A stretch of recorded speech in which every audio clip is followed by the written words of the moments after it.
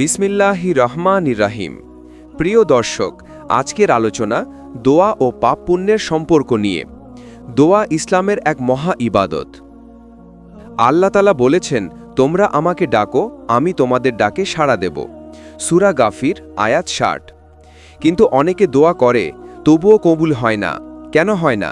চলুন দেখে ইসলামী মাসাইল অনুযায়ী এর কারণগুলো। প্রথম মাসাইল, হারাম থেকে বিরত না থাকলে দোয়া কবুল হয় না।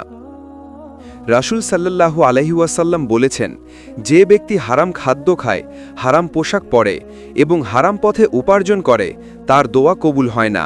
মুসলিম। অর্থাৎ পাপের জীবন নিয়ে দোয়া করলে আল্লাহর রহমত থেকে বঞ্চিত হওয়া স্বাভাবিক।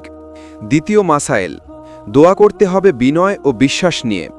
কুরআনে আল্লাহ বলেন, তোমরা বিনয় ও গোপনে তোমার প্রভুকে ডাকো। সূরা আরাফ ৫৫। দোয়া মানে শুধু মুখের কথা নয়, অন্তরের গভীর বিশ্বাস নিয়ে আল্লাহর কাছে চাওয়া। যদি আমরা মনে করি যে আল্লাহ আমার দোয়া কবুল করবেনই, তবে সেটি ঈমানের নিদর্শন। তৃতীয় মাসাইল, দোয়া দেরিতে কবুল হওয়া মানে প্রত্যাখ্যান নয়।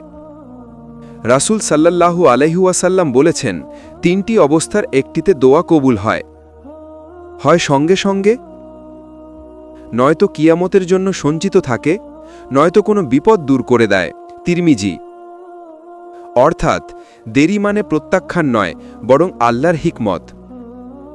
চতুর্থ মাসাইল, দোয়া পাপের পথে বাধা সৃষ্টি করে। যে ব্যক্তি নিয়মিত গীবত করে, মিথ্যা বলে বা নামাজে গাফেল, তার দোয়া কবুল হতে বাধা পায়। তাই আল্লাহর দরবারে দোয়া করার আগে তওবা করা জরুরি। পঞ্চম মাসাইল, দোয়া নিজেই ইবাদত। রাসূল সাল্লাল্লাহু আলাইহি ওয়াসাল্লাম বলেছেন, দোয়াই ইবাদত। তিরমিজি। তাই দোয়া শুধু চাওয়া নয়, বরং আল্লাহর সঙ্গে সম্পর্ক গড়ে তোলার এক সুন্দর মাধ্যম। সমাপ্তি। প্রিয় দর্শক, পাপ থেকে বাঁচা, তওবা করা এবং আল্লাহর উপর ভরসা রাখা, এই তিনটি বিষয় দোয়া কবুলের মূল চাবিকাঠি।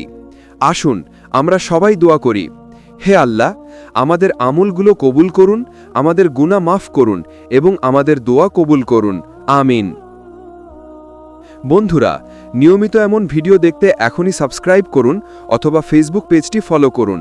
ভিডিওটি কেমন লাগলো কমেন্ট করে জানান। খুদা হাফেজ।